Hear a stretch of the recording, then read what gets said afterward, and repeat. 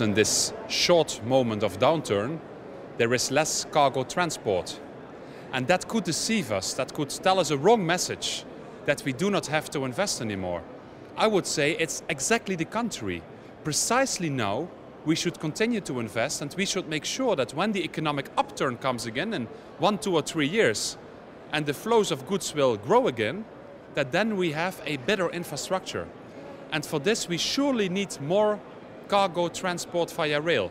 Our roads are blocked already because of all of the trucks, and if we really want to become more efficient and economically more strong and even more green, we need to create better opportunities for rail transport. Always, I am convinced when the economy starts to build up again, more and more companies will use railways instead of trucks. Railway has to win on its own merits. It has to become such a good product that it can truly compete with the roads. And for that, what we most of all need to do is to take away the national borders.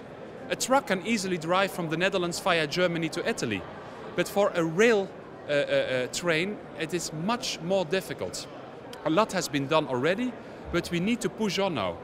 We need to create true corridors through Europe, for instance from Rotterdam, via Germany, through Switzerland, through the tunnels, to the harbor of Genova.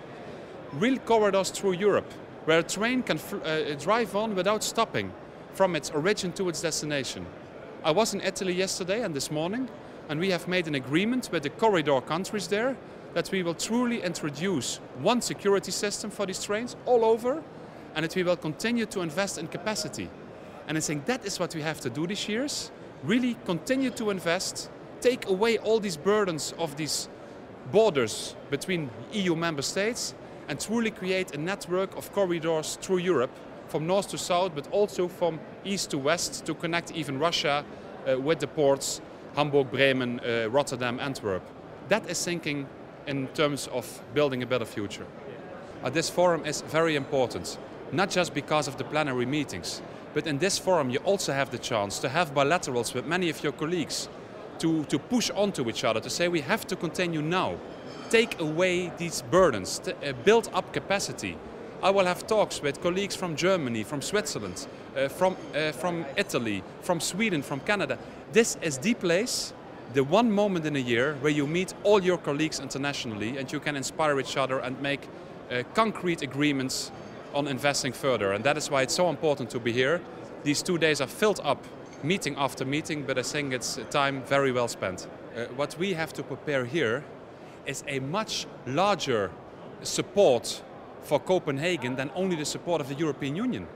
Because the success of Copenhagen must be much bigger than Europe. If you want to tackle the climate issue, also countries like the United States, Canada, but I would hope also upcoming economies like India and China and Brazil will have to participate one way or the other. Then we really can tackle the climate issue. We have a new chance. I think President Obama is a chance for all of us to really boost the green agenda. But that is why we have to use this transport forum, to speak with our colleagues from those countries and say we want you to join in.